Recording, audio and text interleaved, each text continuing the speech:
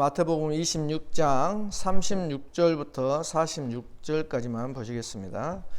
36절부터 46절입니다. 우리 교독합니다.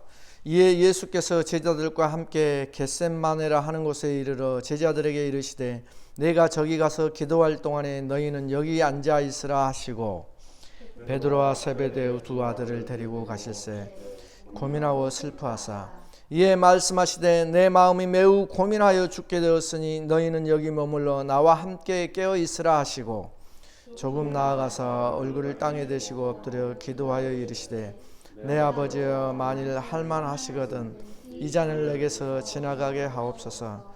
그러나 나의 원대로 마옵시고 아버지의 원대로 하옵소서 하시고 제자들에게 오사 그 자는 것을 보시고 베드로에게 말씀하시되 너희가 나와 함께 한 시간도 이렇게 깨어 있을 수 없더냐. 시험에 들지 않게 깨어 기도하라. 마음에는 원이로되 육신이 약하도다 하시고 다시 두 번째 나아가 기도하여 이르시되 내 아버지여 만일 내가 마시지 않고는 이 잔이 내게서 지나갈 수 없거든 아버지의 원대로 되기를 원하나이다 하시고 다시 오사 보신즉 그들이 자니 이는 그들의 눈이 피곤함이라라.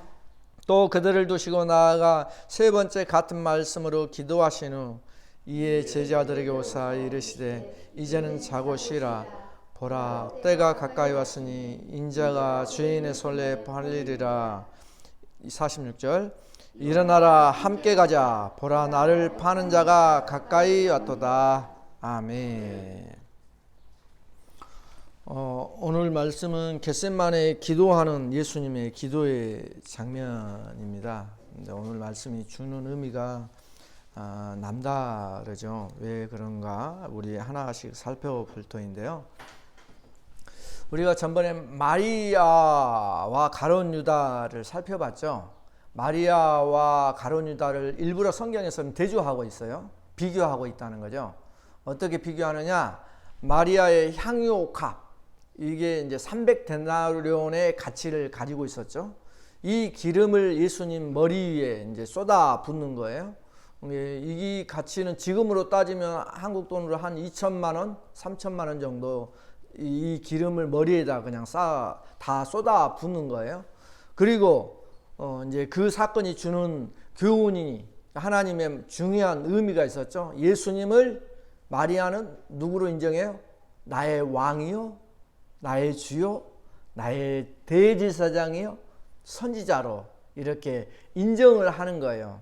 그래서 이제 이 죽음을 통해서 예수 그리스도의 십자가의 죽으심을 통해서 주님께서 나의 왕이 되시고 나의 주님이 되시고 대제사장이 되시고 선지자가 되셔서 나와 함께 하실 것이다. 이걸 말씀해 주는 거죠.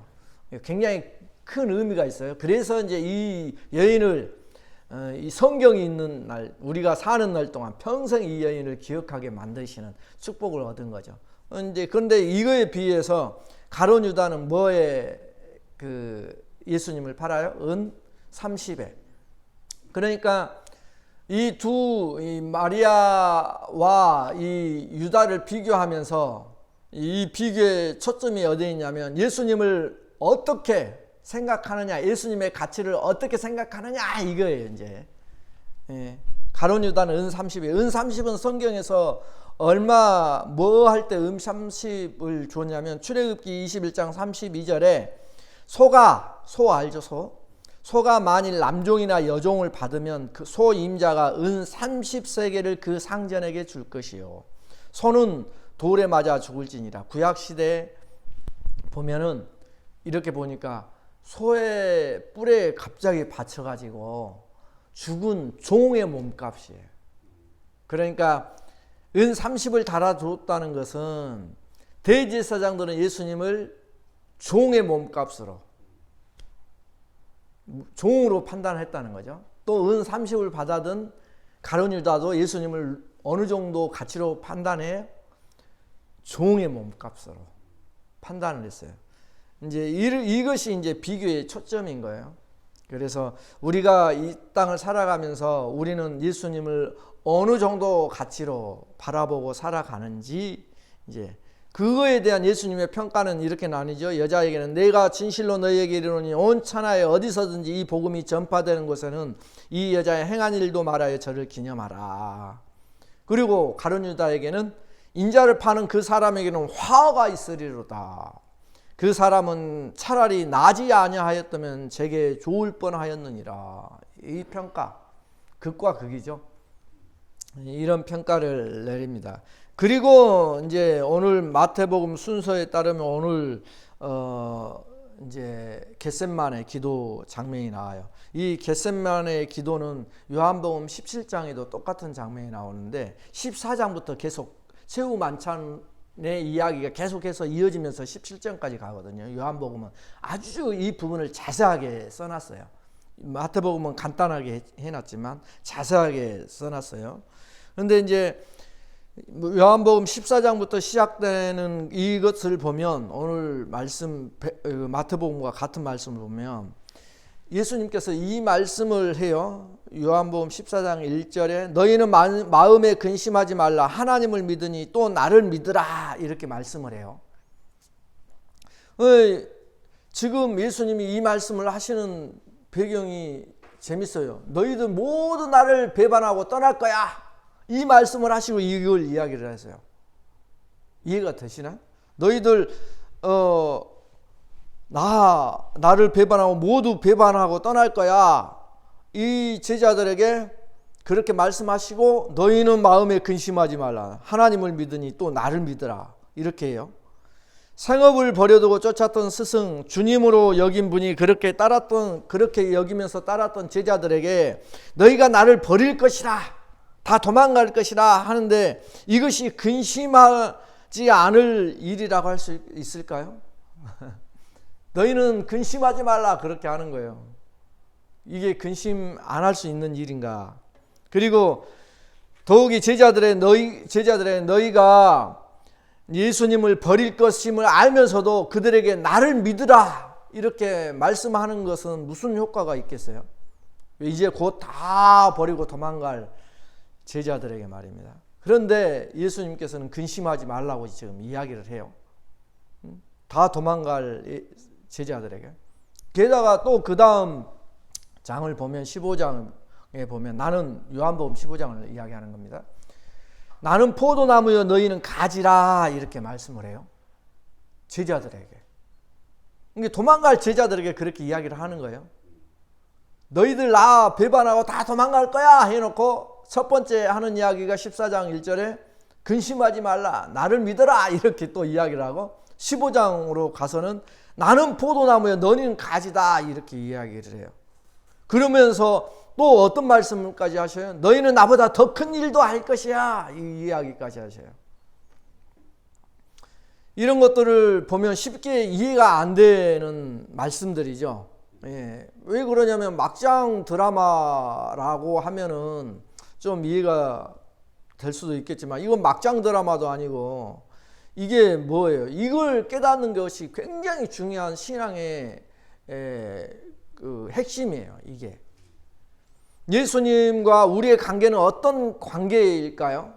우리는 보통 이렇게 생각하는 사람도 꽤 많은 것 같아요. 예? 택시비를 대신 내주는 그런 친구처럼 혹은 예수님에 대해서 내가 지은 죄에 대하여 벌을 대신 받아주는 그런 분으로 예수님을 생각하는 경우가 꽤 많이 있다는 거예요. 그것이 내가 지은 죄에 대하여 벌을 대신 받아주는 분이 예수님이라고 생각한다면 예수님께서 우리의 죄를 대속하신 것이 전부라고 생각한다면 예수님께서 십자가에 달리신 다음에는 그런 죄가 없어져야 되는 것 아니에요? 그죠? 하나님의 아들이 십자가에서 대신 죽었는데도 아직도 우리들은 죄 가운데 있잖아요. 모든 교회나 또 다른 종교에서 자신의 죄를 없게 해달라고 기도하고 있다는 것은 신앙이 잘못되었거나 예수님의 죽음이 별 효력이 없다는 말밖에 안 되는 거 아니에요? 그잖아요. 예수님이 십자가에 죽으신 것이 예? 내가 지은 죄에 대해 벌을 대신 받아주는 그런 정도로만 생각한다면, 아니, 그렇게 대신 받아줬으니까 그러면 이제는 그 다음에는 그런 죄를 안 지어야지. 그런 죄가 없어야지. 여전히 우리는 그런 죄 가운데 있단 말입니다. 그러면 예수님의 이 십자가의 죽음이 별로 효력이 없다는 말밖에 안 되잖아요. 그렇게 생각하면. 이것에 대해서 지금 예수님께서 나는 포도나무여 너희는 가지라고 말씀하고 계시는 거예요. 이거에 대해서. 이 지구상의 포도는 하나죠. 포도는 하나. 나는 포도나무여 너희는 가지니, 이 말은 무슨 의미가 있어요? 예수님이 포도나무, 너희는 가지예요. 이것은 예수님은 생명 자체라는 거죠. 생명 자체라는 거예요. 그 생명을 우리는 가지니까 그 생명을 나도 갖고 있다는 거예요. 이게 되게 중요한 거예요. 예수님이 포도나무요 너희는 가지다, 너희가 내 안에 붙어 있어라, 막 이런 이야기를 쭉 하는 것은 예수님이 생명 본체이시고 생명 자체이시고 우리는 그 생명을 갖고 있다는 거예요. 어마어마한 선언인 거예요. 도망갈 제자들에게 그렇게 이야기를 했다니까요. 배신하고. 그러니까 예수님의 생명을 갖고 있다 이 말이에요. 이게 그 이야기라는 거예요. 그리고 우리가 그리스도 안에서, 예수 안에서, 하나님 안에서, 이렇게 안에서라는 말 표현을 많이 하잖아요. 성경에서. 그리스도 안에서, 하나님 안에서. 이제 이 안에서라는 말하고 같은 맥락을 이루는 거예요. 예수님이 포도나무여 너희는 가지니, 이 말이. 그 말은 무슨 말이에요? 그러니까 예수님과 나와의 관계는 예수님이 포도나무와 포도나무의 가지와 같은 관계라는 건데, 그러니까 배신을 때리고 도망가는 제자나 그런 제자를 위하여 십자가를 지시는 예수님이 같은 정체성을 갖고 있다는 이야기죠. 같은 생명을 갖고 있다는 거예요. 그것이 바로 하나님을 믿고 예수님을 믿는 것이라고 말씀하는 거예요. 그리고 바로 이것이 예수님께서 겟세마네 동산에서 하신 기도의 내용이에요. 그 기도의 내용은 요한복음에서 자세히 나오죠. 뭐라고 나와요? 여기에도 우리가 여기 있다. 요한복음 17장 있잖아요. 내게 주신 영광을 내가 그들에게 주었사오니 이는 우리가 하나가 된 것 같이 그들도 하나가 되게 하려 함이니라. 제가 좋아하는 구절들이거든요. 이게 실은. 근데 이게 포도나무의 이야기도 이 이야기거든요. 그죠? 겟세마네에서 동산에서 기도하신 내용이 이거예요. 하나님 아버지와 예수 그리스도, 그리고 그리스도를 믿는 모든 사람이 다 하나가 되기 위해서 기도를 하신 거예요. 그죠? 그들도 하나가 되게 하려 함이다, 이것이. 그래서 요한복음 이제 22장 2절인데 21절에는 이렇게 돼요. 아버지께서 내 안에, 내가 아버지 안에 있는 것 같이 저희도 다 하나가 되어 우리 안에 있게 하사 세상으로 아버지께서 나를 보내신 것을 믿게 하옵소서. 그 다음에 내게 주신 영광을 내가 그들에게 주었. 이는 우리가 하나가 된 거지. 그 말이에요. 그러니까 이 말은 뭐예요? 아버지가 내 안에, 내가 아버지 안에. 그건 뭐 말이에요? 수학으로 따지면 기잖아요. 한 원이 있으면 하나가라는 한 원이라는 거예요. 그죠? 아버지께서 내 안에, 내가 아버지까지 있으면 한 원이라는 거예요. 똑같이. 그렇게 되어 있는 거예요. 그게 뭐예요? 하나가 되었다는 거예요. 하나가. 포도나무 이야기가 그거예요. 나는 포도나무에 너희는 가지니, 포도나무의 생명을 나도 같이 가지고 있다는 거예요. 그러니까 예수님이 그리스도요. 기잖아요. 우리의 그리스도. 지금 누구 이야기예요? 마리아의 향유옥합 이야기. 예수가 그리스도요. 예수님이 나의 주님이시요. 나의 메시아시요. 나의 왕이시요. 나를 구원할 제 대제사장이시요. 나에게 말씀을 가르쳐주는 선지자이십니다. 그것을 이렇게 표현하는 거예요. 그걸. 우리도 그리스도이시라는 거예요. 우리도 그리스도. 어떻게 우리가 그리스도가 돼요? 기름 부음을 우리도 받았지 않나요? 성령의 기름 부음을.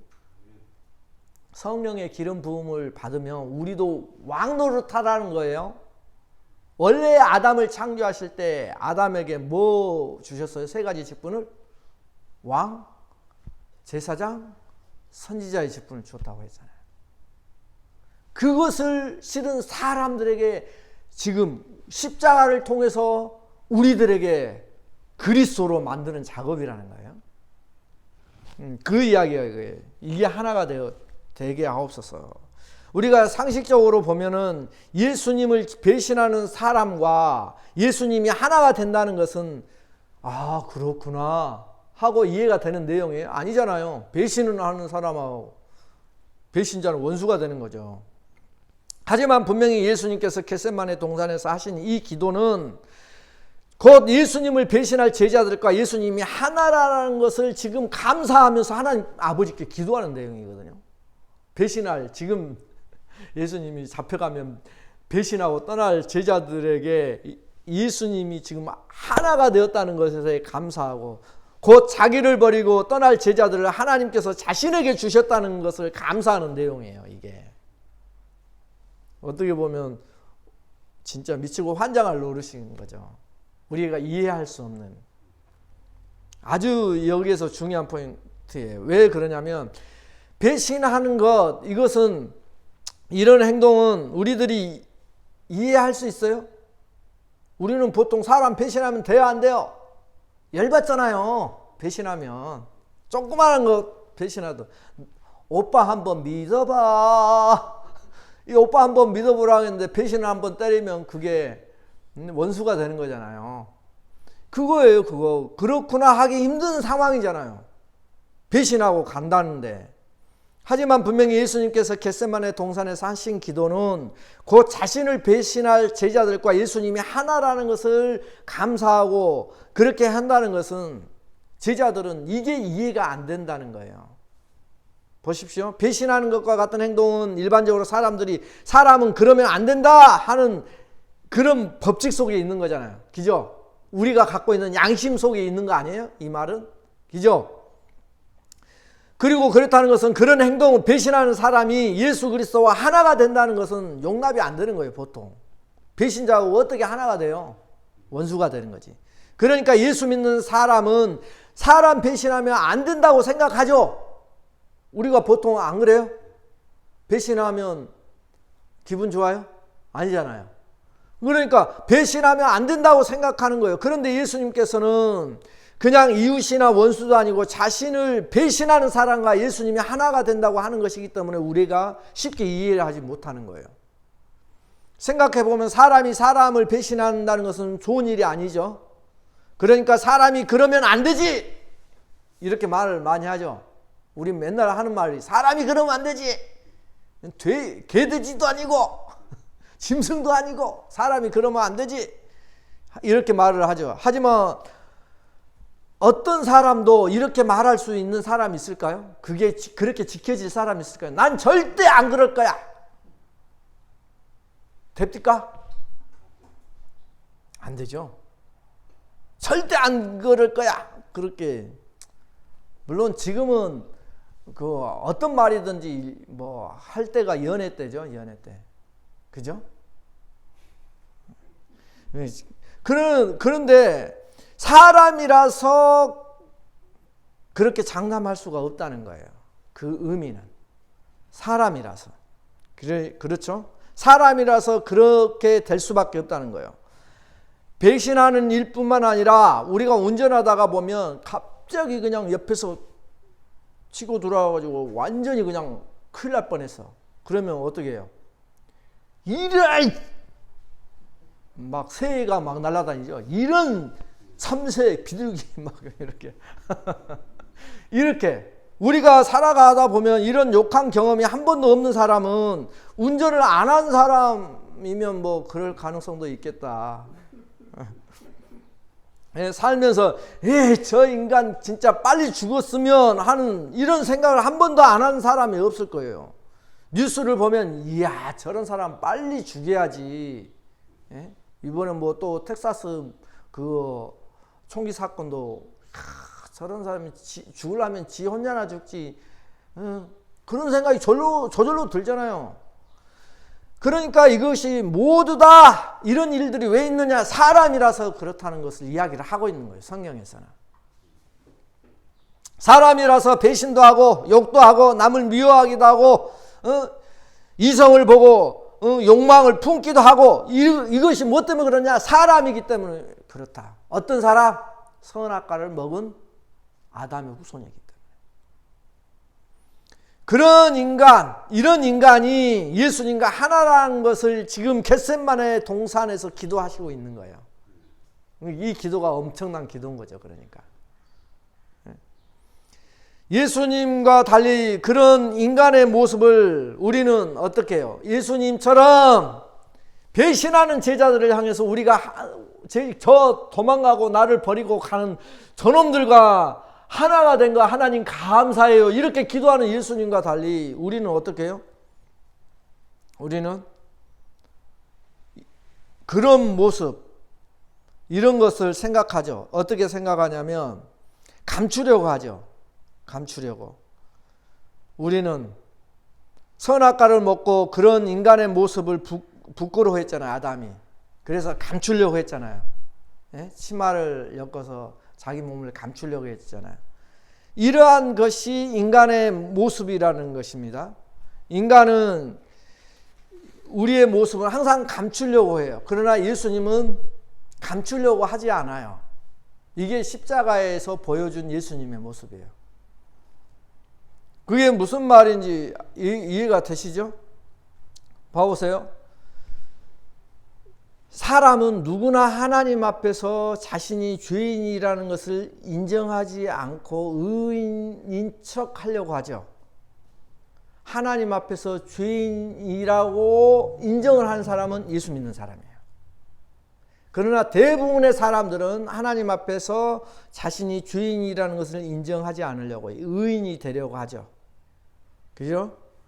또한 사람들은 죄인이라는 것과 자신이 다 드러나는 것을 자신이 가진 모든 것으로 감추려고 하죠.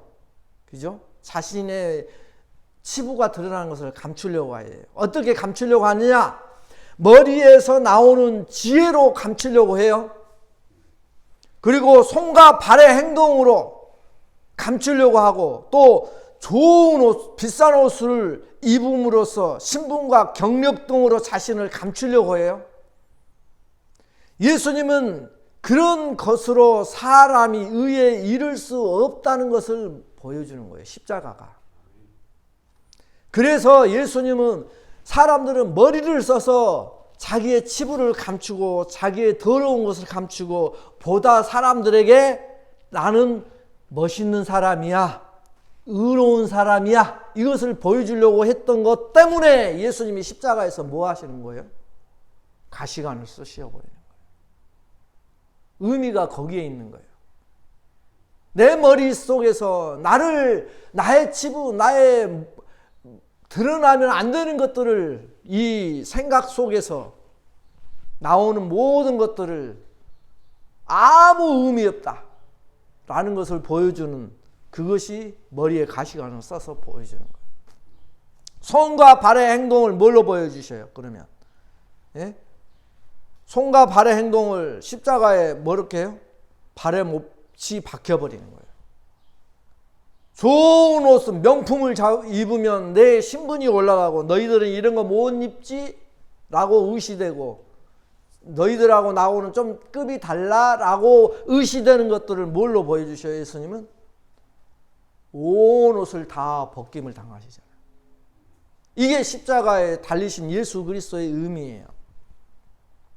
그 모든 수치와 고통의 총체적인 목적이 무엇 때문에 십자가에서 그렇게 머리에 가시관을 써서 우리의 생각에 우리의 지혜로 자신의 더러움을 또 똑똑함을 나타내려고 하는 것들을 아무 의미 없다는 것, 하나님 앞에서 의미 없다는 것을, 하나님 앞에 있는 모습은 이런 모습이야 라는 것을 보여주는 거예요. 십자가가 너의 모습이 바로 이거야 라는 것을 보여주는 거예요. 그래서 이것은 우리의 내 정체성이 무엇이냐, 이것을 십자가에서 완전히 쉽게 말해서 까발겨 놓는 거예요. 이게 예수님의 십자가의 모습이에요. 예수님께서 죄인이 되신 것은 그것 때문에 그래요. 사람의 머리의 생각과 손과 발의 행동과 또 옷과 같은 고상함과 신분과 명예와 같은 것으로 자신을 가릴 때, 그럴 때 온전한 사람이고, 그래야 멋있는 사람이고, 그래야 예수님을 잘 믿는 사람이고, 율법을 지키는 것이고, 하나님의 아들과 같이 메시아가 될 수 있다고, 사람은 뭐든지 해낼 수 있다고 생각하는 그 유대인의 법, 이 유대인의 법에 의한 것으로, 그 법으로 죄인이 되었다는 거예요, 예수님은. 그런데 그렇게 죄인이 되는 것이 사람의 원래 정체성이라는 것을 보여주신 것이 십자가의 모습인 거예요. 그걸 잊어버리면 안 돼요. 십자가의 모습이 얼마나 가장 고통스러운 모습으로 죽임을 당하는 것, 그게 의미가 있는 것이 아니라 너의 정체성이 이거야, 이걸 보여주는 거예요, 하나님 앞에서. 그러니까 사람은 누구나 세상의 법으로는 죄인이 된다는 것을 보여주신 거죠. 그래서 누구나 세상의 법으로 자신이 죄가 돼? 그게 무슨 말인가? 제자들은 이미 자신들의 행위로서 자신들을 심판한 거예요. 그러니까 사람은 배신하면 돼, 안 돼? 안 돼. 이걸 알고 있어요, 제자들은. 우리는 그거 알고 있어요, 없어요? 우리도 알고 있죠. 그것 자체가 제자들을 심판을 해버린 거예요. 그래서 자신들은 배신하면 안 된다는 그런 기준을 갖고 있기 때문에 예수님을 배신하는 자신들의 모습이 부끄러워서 도망을 가는 거예요. 그래서 예수님을 배신하는 자신들이 얼마나 부끄러워. 베드로는 먼 발치에서 그런 자신의 모습에 죄책감을 어떻게 해보려고 예수님 몰래 보려 했고, 그들이 가진 스스로의 의의 기준이 예수님을 떠나게 하는 거예요.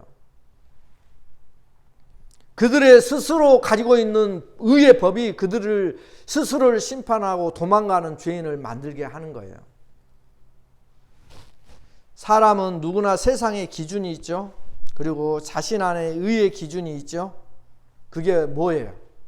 내 안에, 쉽게 말해서 폴도 내 기준이 있잖아. 소리도 자기 기준이 있고, 자기 기준이 있거든요. 내 기준에는 이 사람이 이렇게 해야지 착한 사람이고 옳은 사람이야. 그게 뭘까요? 그렇게 왜 사람마다 자기 기준이 있을까? 그게 성경에서는 선악과라고 하는 거예요. 선악과를 먹었다는 것은 과일을 먹었다는 의미 아니에요. 그건 비유예요, 비유. 선악과는 선과 악을 알게 하는 법이에요, 법. 그러니까 선과 악을 내가 먹었다는 것은 내가 기준이 되는 거예요. 내가 법이 되는 거예요. 그래서 내게 좋게 하면 선이고 내게 해를 끼치면 악인 거예요. 그래서 사람은 다 그렇게 생각하는 거예요. 성경은 그걸 명확하게 해주고 있는 거예요. 그래서 사람은 누구나 다 선악과를 먹은 사람이기 때문에 내 안에 선악의 기준이 있어요. 그걸 뭐라고 하냐면 양심이라고 해요, 사람들은. 성경에서는 선악이라고 하고 사람들은 그걸 양심이라고 해요. 양심 없어요? 있죠? 양심 없으면 완전히 알만한 사람이에요. 양심은 누구나 다 갖고 있잖아요. 양심이 있다는 것은 그 기준을 내 기준으로, 내 법으로 갖고 있다는 거예요. 그것 때문에 자기의 의의 기준이 있는 거예요. 그것 때문에 제자들은 예수 그리스도를 배반하고 도망간 그 의의 기준이 있을 거예요. 양심이 있을 거 아니에요. 자기 스승을 배반하고. 그러니까 예수님이 십자가에 돌아가시고 부활해서 어떻게 제자들하고 뭐 했어요? 숨막꼭질 하는 거예요. 제자들은 막 도망가면 예수님 막 쫓아가서 너 여기가 있니? 왜 여기가 있니? 또 저리 가면 저리 가. 예수님 그 부활 후 40일 동안 제자들하고 예수님의 관계가, 제자들의 관계가 그런 관계였어요. 제자들은 막 도망가. 왜? 쪽팔리니까. 뭐 때문에 쪽팔려요? 양심이 있거든. 응? 양심이. 이해가 되시죠? 그래서 제자들은 스스로가 스스로를 심판하여 예수님 앞에서 면목 없다고 여기는 거예요. 그러나 예수님께서는 인간이 원래 그런 것이야. 예수님께서 십자가에 달리신 것이 그것을 알게 하는 것이야. 이걸 가르쳐주고 싶은 거예요. 왜 십자가에 달리신 줄 아니? 네 모습이야 저게. 너 원래 의인 될 수 없어. 너 멋있는 사람 되고 싶어. 안 돼. 이걸 가르쳐주는 거예요. 그러니까 예수님을 배신하고 스스로 그 양심 때문에 배신하는 모습이나 세상의 기준으로 죄인이 되어서 십자가에 지신 예수님은 같은 모습을 결국 갖고 있는 거죠. 그 모습이. 예수님께서 제자들과 예수님이 하나라고 기도하신 것은 무엇 때문에? 왜 하나라고 기도를 하셨어요? 배신하는 제자들을 이렇게 요한복음 17장에서는 배신하는 제자들을 향해서 저들과 내가 하나인 것을 감사합니다 아버지 이렇게 기도를 왜 해요? 그게 이해가 돼요? 모든 인생이 다 그렇기 때문이라는 거예요. 모든 인생이 다 저런 인생이라는 거예요. 예수님께서 우리에게 보여주시고자 했던 이 땅에 오신 목적과 말씀이 바로 그것을 알게 하는 거예요. 그 목적과 배신하고 도망가는 제자들의 모습이 하나라는 거예요. 다만 제자들이 그런 자신의 모습을 인간의 본질로 보는지 아니면 선악과를 먹은 아담과 같이 부끄럽게 여기는지 문제인 거예요. 이제는 그 모습이 이게 나구나 이렇게 인정을 하든지 나는 절대 배신 안 해. 그래요? 사람이 그럴 수 있어요? 그럴 수 없잖아요. 사람은. 난 절대 욕을 안 해. 욕하는 사람 보고. 난 절대 저러지도 안 해. 사람이 그럴 수 있어요? 없어요. 그 본질을 아는 거예요. 예수님께서 가르쳐 주고자 하는 것이. 그 본질을 아는 거예요. 예? 인정을 하는 거예요. 아니면 선악과를 먹은 아담과 같이 그것이 부끄러워서 자신의 힘으로 막 가리려고 하는 것인지. 예수님께서는 그런 모습으로 십자가에 달리시니 하나님의 아들이 되었고 제자들은 그런 자신들의 모습을 부끄럽게 여겨서 도망을 간 거예요. 예수님께서는 인간 말씀이 육신이 되어 오셨을 때 나는 이런 사람입니다 라는 것을 하나님 앞에 그대로 적나라하게 보여주는 거예요. 그러면서 그걸 본 백부장이 이는 진짜 하나님의 아들입니다 라는 고백을 받아내게 하는 거예요. 신앙은 결국 무엇이냐? 결국 내가 누구인가, 내 모습, 진짜 모습이 누구인가를 알게 하는 것, 아는 것, 인정하는 것, 이것이 신앙이에요. 생각해보면 사람은 자기가 원치 않는 부끄러운 모습이 너무 많죠. 남들에게. 기잖아요. 그렇게 자기가 원치 않는 것을 한다는 것, 그것은 그 원치 않는 것이 자기가 의도한 것이 아니라 인간이 원래 그렇다는 것, 그것을 너는 인정하냐? 아니냐? 그리고 그것을 너는 죄로 여기느냐 하는 것이 신앙의 정체성이에요. 신앙의 정체성. 그것을 알면 겟세마네 동산의 기도가 얼마나 위대한 기도인지, 예수님께서 그런 나를 붙잡아서 예수님과 같이 하나가 되게 했다는 게 이건 감당할 수 없는 축복이요 은혜라는 거예요. 그러한 것들을 우리가 생각하면서 우리의 신앙이 어떻게 해야 하는가, 신앙인들이 정말로 착각하는 것이 무엇인가, 이런 것들을 생각해 보면서 오늘 예수님이 나와 하나가 되었구나. 내가 어떤 자인데, 나는 내 모습을 자꾸 감추려고 하는 자인데 십자가 앞에서는 그게 다 밝혀지고 모두 다 그잖아요. 너 머리로 생각해서 네가 잘났다는 것을 보여주려고 하는 그 지혜를 가시로 다 눌러버렸잖아요. 찔러버리잖아요. 네 손과 발로 멋있게 행동하려고 했던 거 다 십자가에 그냥 못을 박아버리잖아요. 못 움직이게. 손과 발을. 네 모습이 그렇다는 것을 십자가에서 보여주는 거예요. 인간의 원래 모습이 이렇다는 거. 하나님 앞에 설 때는.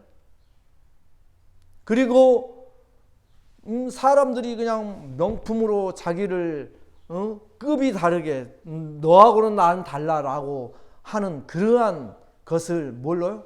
옷을 다 벗겨버림으로써 너는 원래 네가 그런 자가 아니야. 너는 원래 다 벗기운 자야. 예수님의 그 십자가의 모습을 상상하면서 왜 머리에 가시관을 쓰고 손과 발에 못을 박아버리며 왜 모든 옷을 다 벗김을 당했는지, 그것이 바로 나의 정체성이고 나의 모습이라는 것을 십자가를 보면서, 십자가를 생각하면서 다시 한번 나 자신을 돌아볼 수 있는 것, 이것이 신앙이에요. 신앙. 그리고 내 안에 있는 양심이 나를 찌를 때, 그잖아요. 우리가 양심이 찌르잖아요. 그럴 때 하나님, 내가 이런 사람이군요. 이런 사람이군요. 라고 고백할 줄 알고, 하나님, 이것이 바뀔 때 언제 바뀌어요? 생명이 내 안에 있어야지 바뀌는 거예요. 내 생명은 이 정도예요. 그러나 예수 그리스도의 생명이 내 안에 들어와서 나를 감동시키고 이것이 내 본성이 되었을 때, 지금 그 이야기 하는 거예요. 신앙의 정체성이 무엇이냐 이걸 알게 하는 것이, 너의 본성이 무엇이냐 이거예요. 내 본성은 완전히 그런 모습이잖아요. 그러나 예수 그리스도의 본성은 뭐예요? 예수 그리스도의 본성은 그 배신자를 위해서 내가 죽어주는 거예요. 그런 것이 내 힘으로 이웃을 사랑하라고 하니까 해보면 쉬워요, 어려워요? 어렵잖아요. 잘 대해주려고 하는데 저 사람은 그냥 약간 삐딱하게 그만큼 내가 해준 만큼보다 덜해. 그러면 서운해요, 안 서운해요? 서운한 것이 인간이잖아요.